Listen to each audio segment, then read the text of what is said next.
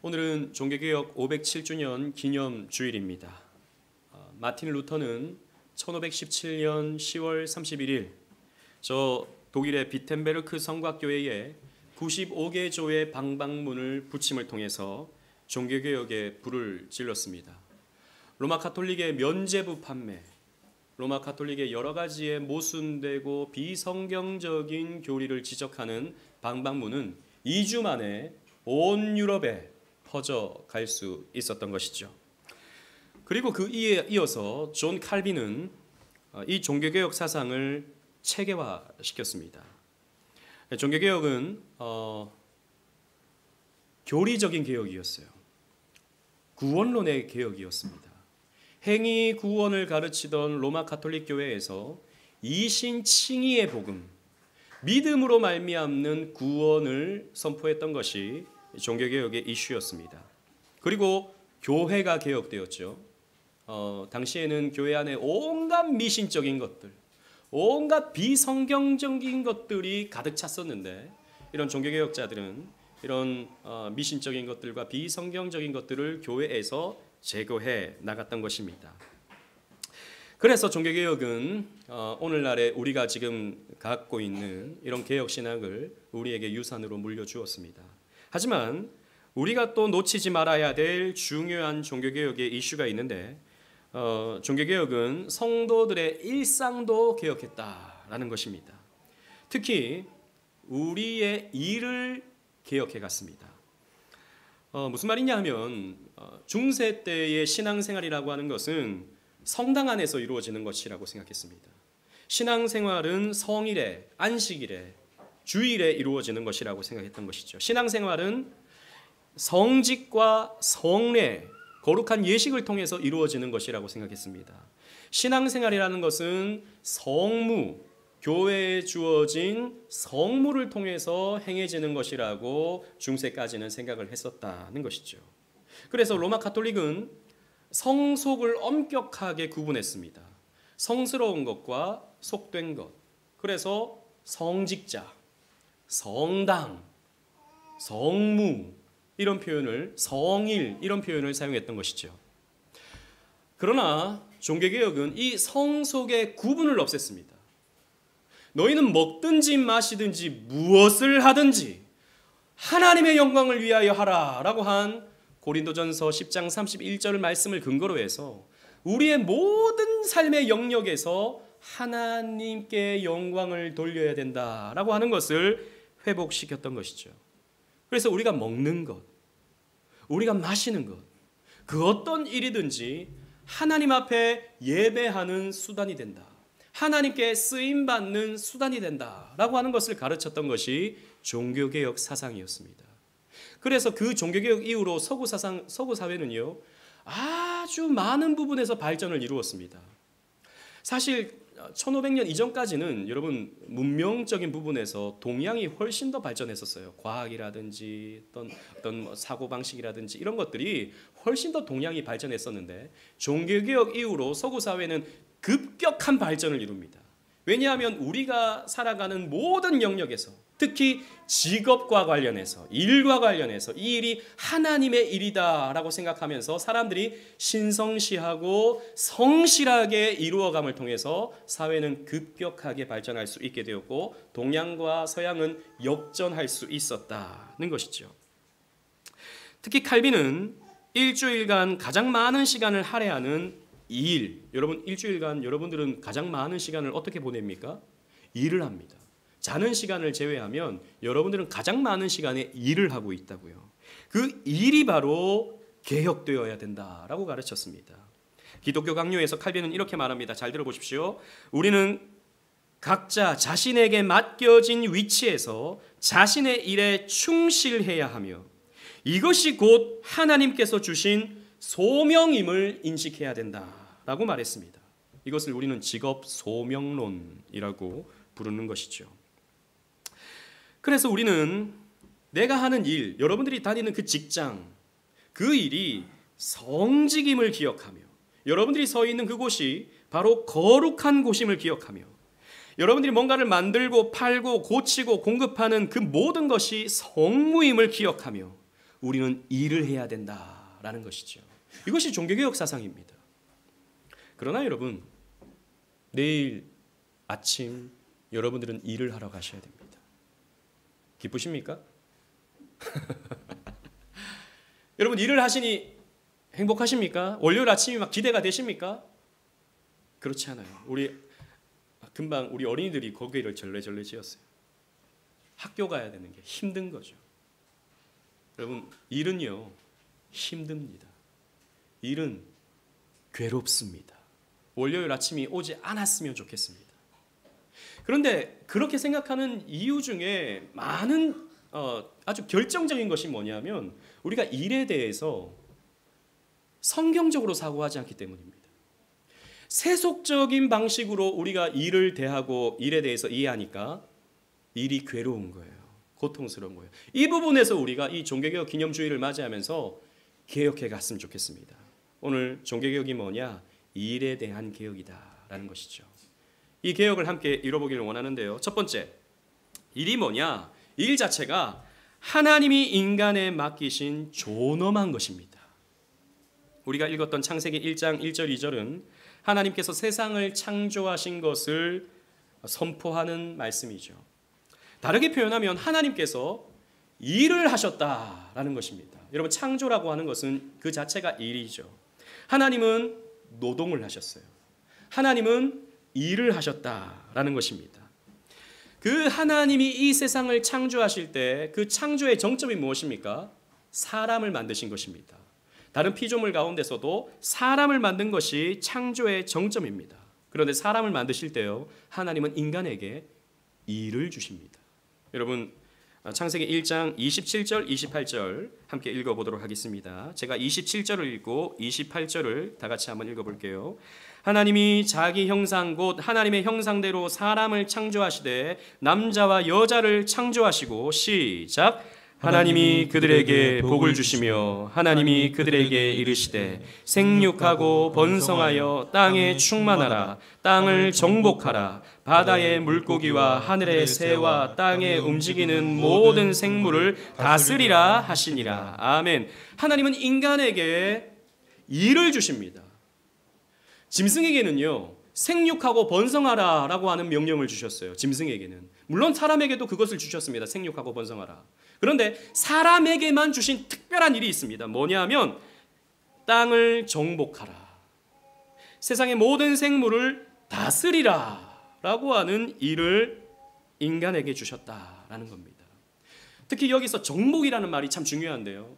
이 정복이라는 말은 우리가 생각할 때 좀 부정적인 말처럼 들리잖아요. 왜냐하면 정복이라고 하는 것은 우리가 전쟁을 통해서 땅을 빼앗고 사람들을 포로로 잡아오고 이런 것을 우리는 정복이라고 생각하거든요. 그런데 히브리어로 말레라고 하는 표현인 이 정복이라는 말 뜻을 성경 전체에서 찾아보면 그런 의미가 아닙니다. 그런 부정적인 의미가 아닙니다. 이 정복이라는 말은 어떤 말이냐면 아무것도 없는 곳에 뭔가를 세우라라고 하는 그런 의미가 있어요. 여러분, 고대 사회에서는 사실 빈 땅들이 많았잖아요. 그럼 빈 땅에 집을 세우고 건물을 세우거나 문명을 세워서 그 땅을 다스려라 라고 하는 그런 의미가 되는 것입니다. 비어진 곳에 뭔가를 세우는 것이 말레, 정복이라는 단어가 되는 것이죠. 아무것도 되어 있지 않은 것에 노동력과 사랑을 쏟아서 뭔가를 만들어내는 것이 말레라는 표현이라는 것입니다. 신학자들은 이것을 어떻게 표현했냐면 문화명령이라고 그랬어요.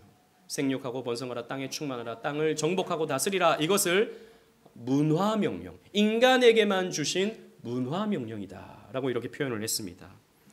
인간 외에는 다른 피조물들에게 이런 명령을 하신 적이 없다라는 것입니다.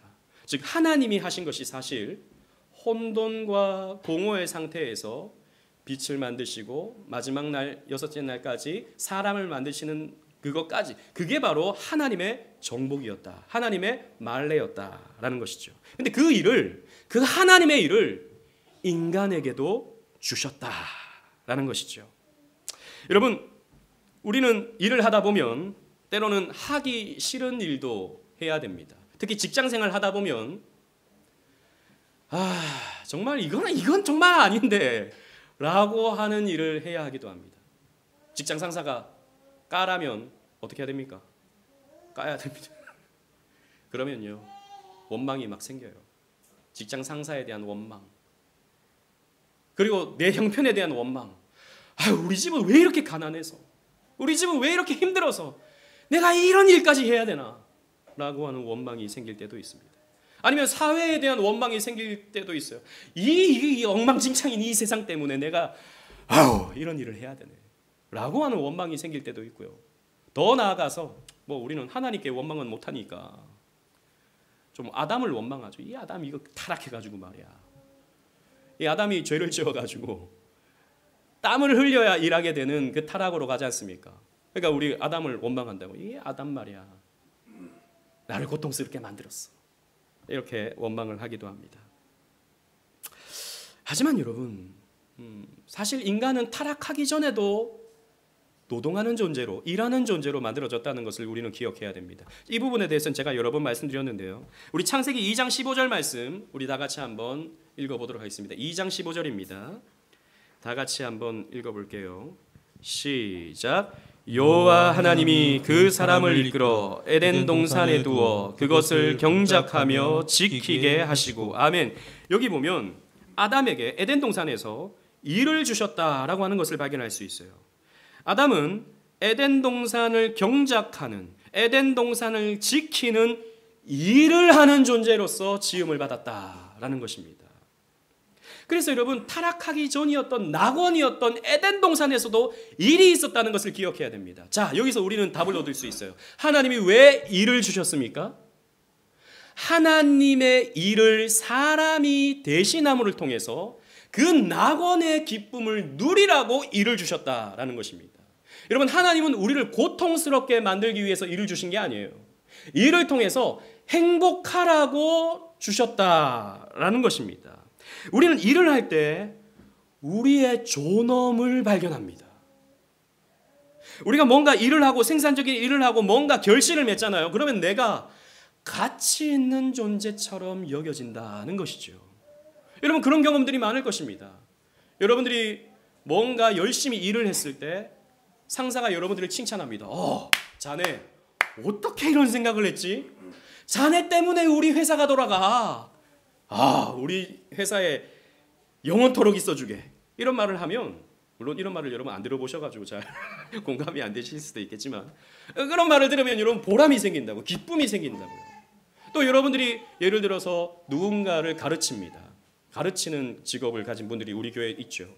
가르칩니다. 그 가르친 학생이 열심히 공부해서 정말 보람을 느끼고 좋은 대학에 들어가고 좋은 데 취직을 했습니다. 나중에 선생님한테 와서, 선생님, 제가 그때 선생님 덕분에 제가 이렇게 성공할 수 있었던 것 같아요. 선생님 너무 감사합니다 라고 하면요, 나의 존엄을 느낍니다. 나의 보람을 느껴요.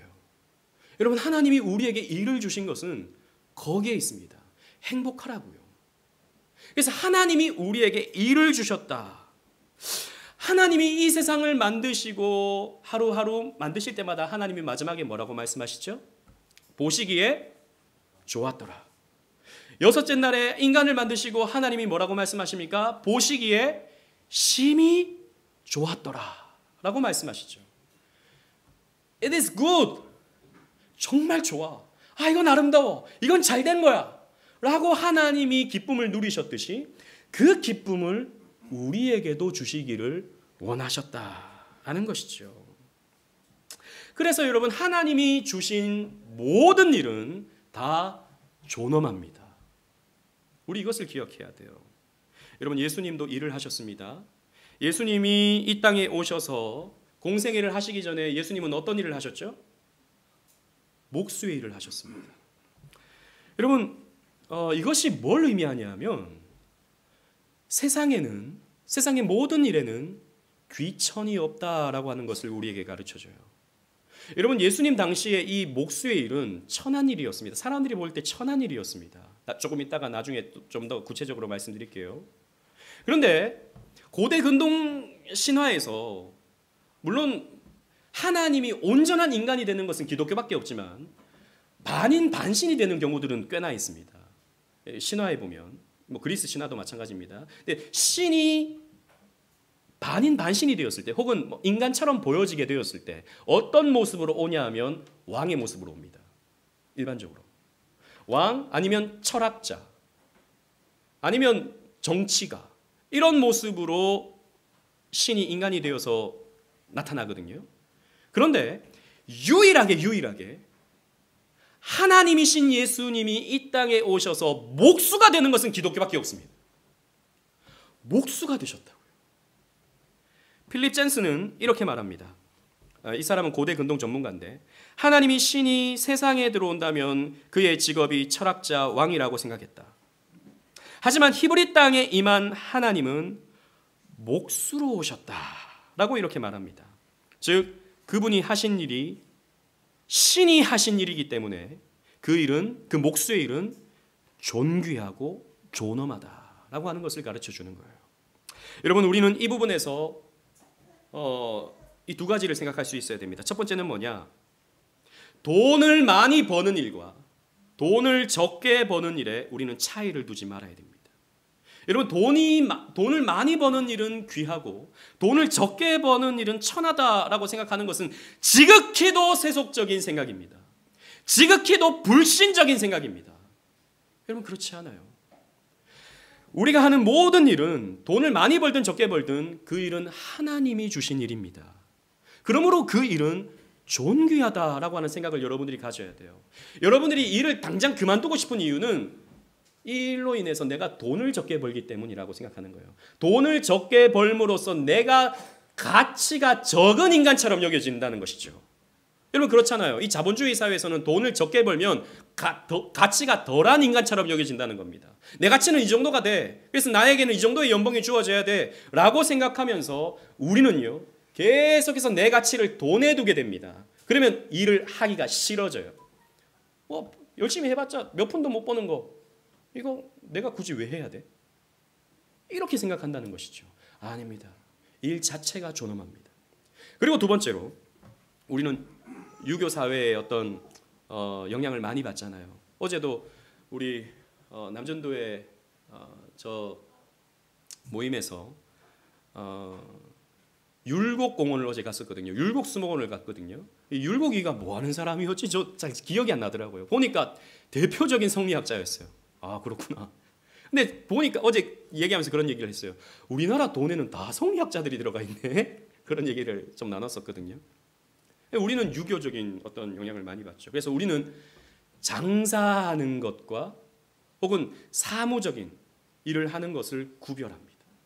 그죠? 그래서 사무실에서 일하면 사업하는 사람이라고 말하고 밖에서 일하면 장사하는 사람이라고 말하는 경우들이 있습니다. 그렇지 않습니다, 여러분. 그렇지 않아요. 우리는 어떤 일의 어떤 높고 낮음 이런 것을 우리는 생각하는 경우가 굉장히 많은데 그렇지 않다는 것입니다. 하나님은요, 그 어떤 일도 존엄하게 만드셨고 그 존엄한 일을 우리에게 주신 거예요. 그래서 우리는 그 일 자체를 귀하게 여길 줄 알아야 된다는 것입니다. 그래서 교회는요, 사람을 직업을 두고 차별하거나 직업을 두고 더 가치 있는 사람, 더 가치 없는 사람으로 둔다면 그 교회는 타락한 교회입니다. 그런 것을 우리는 개혁해야 되는 것이죠. 그래서 여러분 돈 많이 번다고 물론 뭐 여러분 얼마나 버는지 저는 잘 모릅니다만 교만하지 마십시오. 그리고 반면에 여러분들이 돈을 적게 번다고 해서 주눅 들지도 마십시오. 그건 세상의 관점이지 하나님 나라의 관점이 아닌 것입니다. 그리고 일의 본질에 대해서 우리 한번 생각해 보겠습니다. 일의 본질이 뭐냐? 혼돈과 공허를 극복하는 일이다라는 것입니다. 우리 다시 1장 1절 2절 다 같이 한번 읽어볼게요. 1절 제가 읽고 2절 다 같이 읽겠습니다. 태초에 하나님이 천지를 창조하시니라. 시작. 땅이 혼돈하고 공허하며 흑암이 깊음 위에 있고 하나님의 영은 수면 위에 운행하시니라. 아멘. 여러분 이 혼돈과 공허라고 하는 이 표현은 어떤 의미냐면 사실 우리 이 말은 굉장히 좀 부정적이죠. 혼돈과 공허. 하지만 원어를 보면 부정적인 의미는 없습니다. 뭐냐면 혼돈이라는 말은 formless, 형태가 없다라는 말이에요. 형태가 없다. 이 부분에 대해서 우리 여러 차례 공부했었습니다. 그리고 공허라는 말은 emptiness, 비어있다라는 말이에요. 그러니까 담을 그릇도 없고 내용물도 없는 상태였는데 하나님이 그런 상태에서 이 세상을 만드셨다라고 하는 것을 가르쳐주는 것이 2절의 선포입니다. 그래서 하나님이 하시는 일을 보면 여러분 주보를 보십시오. 거기 표가 있죠, 그죠? 하나님이 첫째 날부터 여섯째 날까지 하시는 일을 보면 첫째 날과 셋째 날과 그리고 넷째 날과 여섯째 날이 이렇게 대칭되는 것을 우리가 발견할 수 있습니다. 첫째 날에 하나님이 뭘 만드시죠? 빛을 만드십니다. 그리고 넷째 날에 빛을 낼 수 있는 해, 달, 별을 만드시죠. 둘째 날에는 하늘과 하늘 아래에 물을 만드십니다. 다섯째 날을 보십시오. 하늘에 날아다니는 새를 만드시고 바다에 물고기를 만드십니다. 그리고 셋째 날에는 땅과 식물을 만드세요. 그리고 그 땅과 식물을 사용하고 먹는 여섯째 날에 땅의 짐승과 사람을 만드십니다. 보세요. 첫째 날부터 셋째 날에는 포밍을 하십니다. 담을 수 있는 그릇을 만드세요. 그리고 넷째 날부터 여섯째 날에는 담을 내용물을 만드십니다. 하나님이 이렇게 만드세요. 그러니까 혼돈과 공허를 극복하시는 모습으로 하나님이 일하신다라는 것입니다. 여러분, 이것이 일의 본질입니다. 이것이 일의 본질이에요. 제가 아까 우리 주일학교 어린이들에게 물어봤습니다. 우리 친구들은 앞으로 뭐가 되고 싶어? 라고 했더니 우리 시우가 저는 우주로 날아다니는 로켓을 만드는 과학자가 될 거예요. 그렇게 얘기했습니다. 우주를 날아다니는 로켓. 여러분 생각해 보십시오. 이 우주를 날아다니는 로켓을 만들려면 먼저 도면이 필요합니다. 하얀 캠퍼스에 도면을 그려야 됩니다. 그죠? 도면을 그려서 이제 계산들을 착착착 해야 되죠. 그 다음에 내용물을 재료들을 사서 그 재료들을 만들어서 하나하나 조립해야 됩니다. 보십시오. 포밍을 하고 필링을 하는 것이 우주과학자의 일입니다. 모든 일이 그래요. 우리 교회에 미술하는 분이 있는데요. 미술을 하려면 마찬가지입니다. 흰 캠퍼스에 밑그림을 그립니다. 포밍을 하는 것이죠. 거기에 색칠을 칠합니다. 필링을 하는 것입니다. 이것이 일입니다. 그렇게 했을 때 뭐가 되죠? 예술이 되는 것입니다. 일이 되는 거예요. 여러분, 하는 일이 다 여기에 속합니다. 어떤 일도 여기에 다 속해요. 우리 교회는 소방관이 있습니다. 이 사회의 죄로 인해서 문제가 일어납니다. 깨어집니다. 사람이 다칩니다. 어떤 건물이 무너졌습니다. 그랬을 때 소방관이 들어가서 어떻게 합니까? 사람을 건져오죠. 건져와서 그 사람에게 맞는 어떤 구조물을 만들어 버립니다. 구조물을 그 사람에게 대는 겁니다. 포밍입니다. 그리고 약을 투여해서 그 사람에게 필요한 에너지를 공급해 주죠. 약물을 공급해 주죠. 필링입니다. 모든 일이 포밍과 필링을 통해서 이루어집니다. 여러분, 이건 구직자도 마찬가지예요. 구직자도. 일을 준비하는 사람도 마찬가지입니다.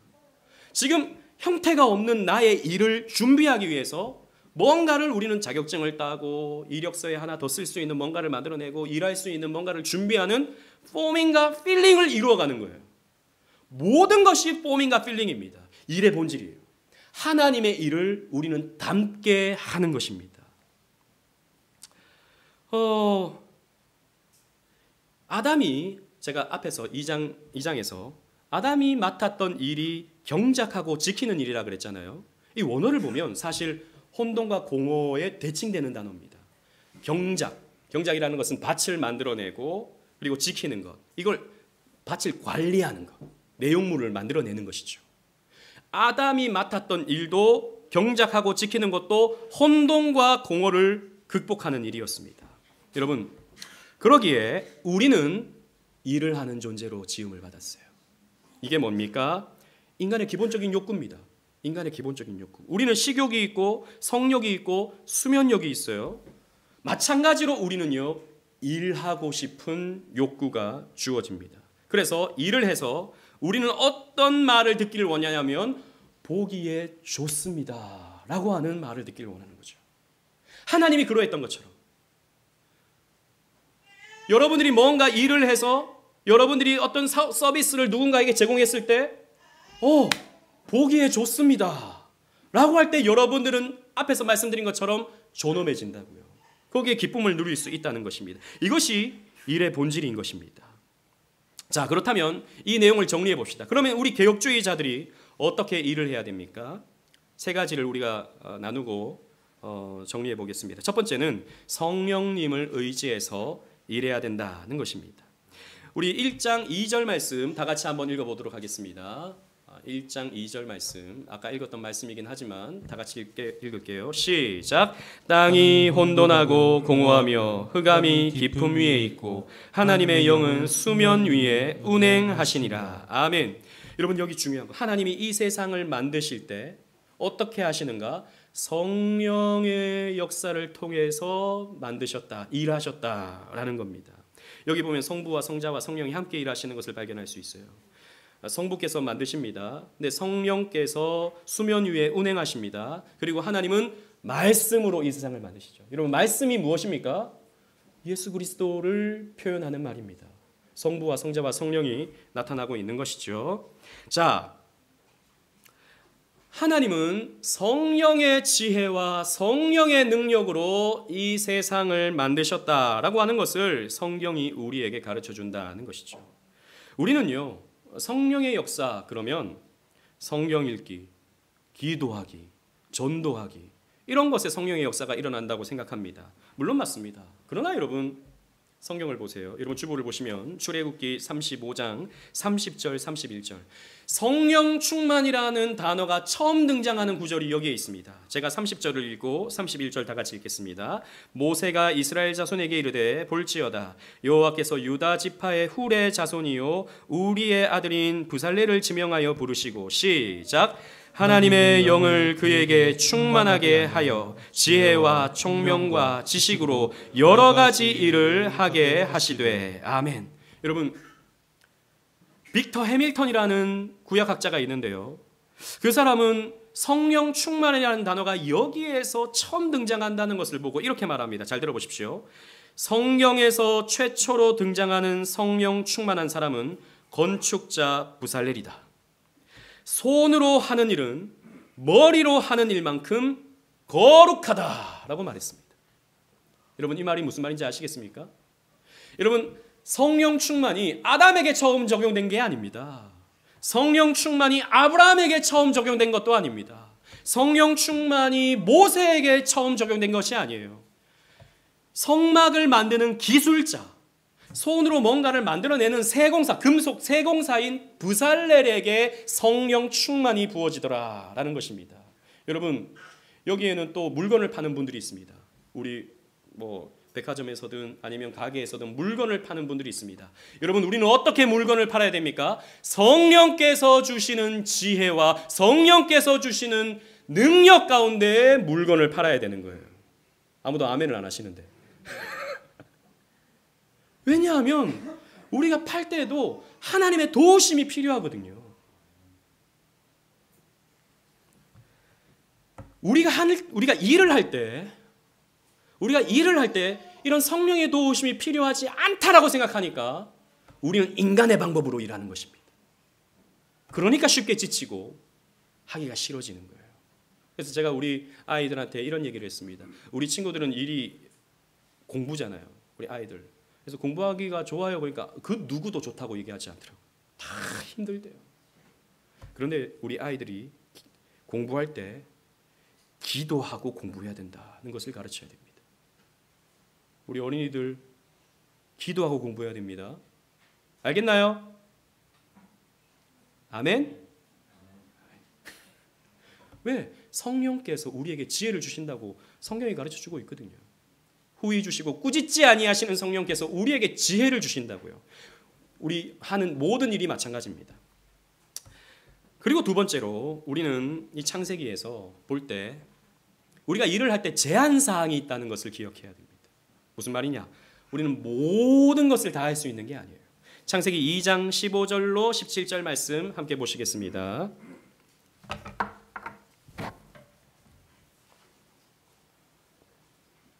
제가 15절 16절을 읽고 17절 다 같이 읽겠습니다. 여호와 하나님이 그 사람을 이끌어 에덴 동산에 두어 그것을 경작하여 지키게 하시고 여호와 하나님이 그 사람에게 명하여 이르시되 동산 각종 나무의 열매는 내가 임의로 먹되 시작 선악을 알게 하는 나무의 열매는 먹지 말라 내가 먹는 날에는 반드시 죽으리라 하시니라. 아멘. 하나님이 모든 것을 아담에게 할 수 있게 만드셨지만 제한사항을 두셨습니다.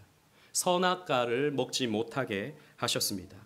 여러분 마찬가지입니다. 우리도 일에 있어서 제한사항이 있어요. 어떤 제한사항이 있습니까? 하나님의 말씀이 하라는 게 있고요. 하나님의 말씀이 하지 말라는 게 있습니다. 예를 들자면 십계명 같은 것들이죠. 여러분 우리 일하다 보면 걸리는 게 많습니다. 왜요? 이 사회에서 우리가 일을 하려면요, 거짓말하지 않고 일하는 게 쉽지 않거든요. 그리고 때로는 누군가를 파괴하면서 일해야 내가 더 많은 것을 얻을 때가 있거든요. 그럴 수 없다라는 것이죠. 하나님은 우리의 삶을 제한하시면서 일을 할 때 하나님을 사랑하는 방법으로, 그리고 다른 누군가 이웃에게 유익이 되는 방법으로 일이 이루어져야 한다는 것을 가르쳐 줍니다. 그래서 여러분들이 누군가에게 사기를 치고 누군가를 파괴함으로써 일을 하는 것은 결코 하나님이 원하시는 것이 아니다라는 것입니다. 그렇기 때문에 여러분 이 제한사항이 막 생기잖아요. 제한사항이. 그럼 우리는 어떻게 일해야 되냐면 우리에게는 뭐가 필요하냐? 창의성이 필요합니다. 그럼 이 문제를 우리가 어떻게 극복하지? 우리가 이 문제를 어떻게 해결할 수 있지? 라고 하는 생각들을 우리는 하게 된다는 것이죠. 거기에 창의성이 필요합니다. 예를 들자면 미국의 치플레라고 하는 기업이 있더라고요. 저는 가보지도 못했고 먹어보지도 못했는데 이 치플레라고 하는 유명한 샌드위치 가게가 있다고 그럽니다. 근데 이 가게의 사장님이 독실한 기독교인이래요. 그래서 안식일, 주일에는 가게를 열지 않는 겁니다. 그래서 주일날 일을 하지 않음으로써 그 회사의 손해가 1조 원이 생긴대요. 1조 원. 매해마다 1조 원의 손해가 발생한답니다. 이 문제를 어떻게 극복할 수 있을까를 생각하면서 여러 가지 이제 방안들을 만들어내는 것이죠. 그 중에 하나가 다른 가게보다 훨씬 더 좋은 재료를 사용해서 신뢰를 줘야겠다라고 생각을 했답니다. 그렇게 해서 실제로 많은 사람들에게 여기는 정말 재료가 너무 신선해 라고 하는 인식을 그 치플레라고 하는 회사가 줬다는 것이죠. 그런 식의 창의성, 그런 식의 생각들을 우리는 만들어내야 된다는 것입니다. 그러기에 여러분 앞에서 첫 번째와 연결시키면 여러분들은 기도해야 되는 거예요. 내가 어떻게 창의적으로 일할 수 있을지, 내가 어떻게 성경적으로 일할 수 있을지를 지혜를 달라고 여러분들은 성령께 간구해야 되는 것입니다. 그리고 이제 셋째로 마지막으로 복음을 우리는 기억하면서 일해야 됩니다. 여러분 복음이 무엇입니까? 복음을 우리가 한마디로 어떻게 정의할 수 있습니까? 여러 가지 표현이 있을 수 있지만 복음이라는 것은 우리가 하나님 앞에 뭔가를 해야 되는 게 있다는 게 아니라 하나님이 우리를 위하여 이렇게 일하셨다라고 하는 것을 믿는 것이 복음이죠. 그죠? 하나님이 우리를 이렇게 사랑하셨다. 하나님이 우리를 구원하신다. 하나님이 우리를 선택하셨다. 이것이 복음입니다. 자, 이것을 우리가 생각할 때 하나님이 지금도 일하신다라고 하는 것을 우리는 기억해야 됩니다. 그렇습니다. 하나님은 일하시는 분이세요. 그리고 그분의 아들이신 예수님도 일을 하십니다. 요한복음 5장 17절 말씀 우리 다 같이 한번 읽어보도록 하겠습니다. 주보했습니다. 시작. 예수께서 그들에게 이르시되 내 아버지께서 이제까지 일하시니 나도 일한다 하시매. 아멘. 예수님은 공생애를 사시면서 선지자와 같은 역할을 감당하셨습니다. 선지자와 같은 일을 하셨습니다. 그런데 그 이전에는 목수의 일을 했다고 제가 말씀드렸습니다. 근데 이 테크논이라는 말은 여러분 우리는 그냥 일반적으로 목수라고 생각하지만 꼭 목수에게만 이런 단어가 해당되는 것은 아니었습니다. 돌을 다듬는 석수도 테크논이라고 사용했고요. 오늘날로 치자면 그 공사장에서 일하는 인부를 테크논이라고 말했습니다. 그러니까 이건 사실 멸칭이었어요. 멸시하면서 부르는 말이 테크논이라는 말이었습니다. 그래서 무슨 목수의 아들이 메시아일 수 있느냐라고 사람들이 말하잖아요. 멸칭이었습니다. 우리로 치자면 모르겠습니다. 이런 표현이 적당할지 모르지만 노가다꾼입니다. 노가다꾼. 예수님은 노가다꾼이었어요. 역사의 기록을 보면 예수님이 살던 갈릴리 지역 1세기 당시에 예수님이 한 10살쯤 되었을 그 시기에는 이 갈릴리 지역에 많은 토목공사가 있었다고 합니다. 아마도 예수님은 그런 토목공사에 들어가서 일을 해야 하는 노가다꾼이었을 것입니다. 여러분, 그런 공사장은요, 일이 험합니다. 욕설이 난무합니다. 폭력이 난무해요. 가혹한 그런 환경입니다. 예수님은 그런 곳에서 일을 하셨어요. 그렇게 하시면서 예수님은 어떻게 우리에게 일을 하시는지를 보여주시는데, 그래서 여러분, 어떤 가혹한 환경이라 하더라도 여러분, 예수님께서 여러분들을 아시고 여러분들의 힘겨움을 아신다는 것을 여러분 기억하십시오. 그리고 예수님도 제한이 있으셨습니다. 예수님에게는 큰 제한이 있었어요. 예수님은 이 땅에 왜 오셨습니까? 예수님이 오시는 것은 두 가지의 이유입니다. 뭐냐? 이것은 최종적이기도 하고 예수님의 초림 때도 이루어지는 것인데요. 죄인을 심판하시는 것입니다. 예수님은 죄인을 심판하시는 공의의 사역을 이루기 위해서 이 땅에 오셨습니다. 그리고 또 하나는 예수님은 우리를 사랑하시고 우리를 구원하시기 위하여 이 땅에 오셨어요. 왜냐하면 여호와 하나님이 공의로우신 하나님이시고 여호와 하나님이 사랑의 하나님이시기 때문입니다. 그 속성을 그대로 가지신 하나님이신 예수님도 사랑하셔야 했고요, 공의롭게 심판하셔야 했습니다. 그런데 이 둘은 모순입니다. 심판과 사랑은요, 함께 할 수가 없어요. 이건 모순입니다. 그런데 예수님은 이 일을 위해서 이 땅에 오셨다고요. 그래서 예수님은요, 창의성이 필요했습니다. 예수님은요, 창의적인 생각이 필요했어요. 그래서 예수님이 이루신 일, 예수님의 일 가운데 정점인 일이 무엇이었습니까? 십자가였습니다. 여러분, 고린도전서를 보십시오. 고린도전서 1장 23절 24절. 제가 23절을 읽고 24절 다 같이 읽겠습니다. 우리는 십자가에 못 박힌 그리스도를 전하니 유대인에게는 거리끼는 것이요 이방인에게는 미련한 것이로되. 시작. 오직 부르심을 받은 자들에게는 유대인이나 헬라인이나 그리스도는 하나님의 능력이요 하나님의 지혜니라. 아멘. 여러분, 십자가는요, 인간이 보기에 최악입니다. 그런데 그 십자가, 그 일 때문에 예수님은 공의로우심과 사랑을 함께 나타내 보이셨어요. 예수님은 우리를 심판하시기 위해서 이 땅에 오셨는데 우리를 대신해서 자기가 심판받으셨습니다. 수직적인 공의가 십자가에서 이루어지는 거예요. 그런데 예수님은 또 우리를 사랑하시기 위해서 자기가 대신 십자가에 달리셨죠. 수평적인 사랑이 이루어졌습니다. 수직적인 하나님의 공의, 수평적인 하나님의 사랑. 보십시오. 이 수직과 수평이 교차하는 그 지점이 바로 십자가입니다. 크로스입니다. 예수님은 창의적으로 이 일을 이루셨다라는 것이죠. 여러분, 우리가 이것을 알면, 이 예수님이 하신 일을 우리가 안다면 우리는 탄성을 지릅니다. 예수님이 하신 일이 참으로 선합니다. 예수님이 하신 일이 참으로 아름답습니다 라고 우리는 탄성을 지르게 돼요. 그래서 여러분, 요한계시록에 보면 계시록 5장 12절에 새하늘과 새 땅에서 모든 하나님의 백성들이 예수님 앞에서 어떻게 탄성을 지릅니까? 주보를 보십시오. 우리 다 같이 읽겠습니다. 시작. 큰 음성으로 이르되 죽임을 당하신 어린 양은 능력과 부와 지혜와 힘과 존귀와 영광과 찬송을 받으시기에 합당하도다 하더라. 아멘. 우리는 천국에서 이렇게 노래할 겁니다. 예수님 참으로 선합니다. 예수님 참으로 아름답습니다. 보기에 너무 좋습니다. 왜? 예수님께서 하신 그 일을 보면서 말입니다.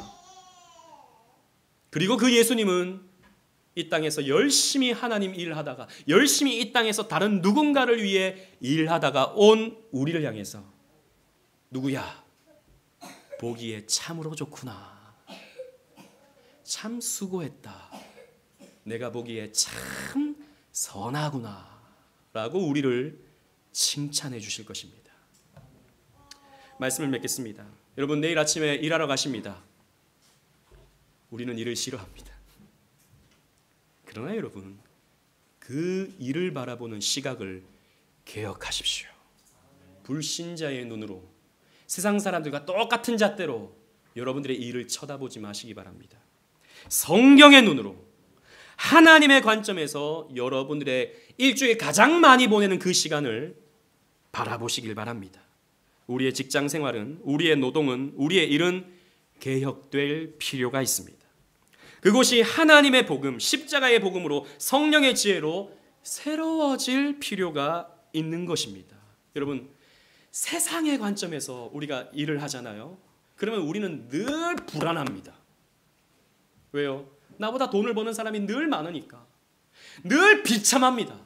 세상 사람처럼 더 좋은 집에 더 좋은 차 끌고 다니면서 더 화려한 삶을 살려고 여러분들이 돈을 벌잖아요. 그러면 여러분들은 늘 궁핍합니다. 왜요? 여러분들을 만족시킬 만큼 좋은 집을 살지 못해요. 여러분들은 만족시킬 만큼 좋은 차, 좋은 해외여행을 가진 못합니다. 여러분들은. 왜? 여러분들보다 더 좋은 사람, 더 좋은 환경의 사람들이 늘 있기 때문이에요. 늘 내가 불쌍해요. 아이고, 내가 일하려고 내가 일을 해야 되나? 내가 고작 요거 받으려고 내가 일을 해야 되나? 내가 너무 불쌍해집니다. 내가 너무 초라해집니다. 아닙니다, 여러분. 여러분들의 일은 존귀합니다. 하나님이 주신 일이에요. 거룩한 일입니다. 여러분들이 일을 하는 그곳이 바로 성전이며, 여러분들이 일을 하는 그 일이 바로 제사장직이며, 여러분들이 혼돈과 공허를 극복하여 질서와 채움으로써 뭔가를 바꾸고 누군가를 이롭게 할 때 여러분들은 귀한 하나님의 일꾼이 되는 것입니다. 그것은 목사가 설교를 하는 이상으로 귀한 일이 되는 것입니다. 그 일을 멋지게 해나갈 수 있는, 그래서 월요일부터 토요일까지 여러분들의 일상을 감사함으로 성령께서 주시는 지혜 가운데 이룰 수 있는 저와 여러분들 되시기를 주님 이름으로 축원합니다. 아멘.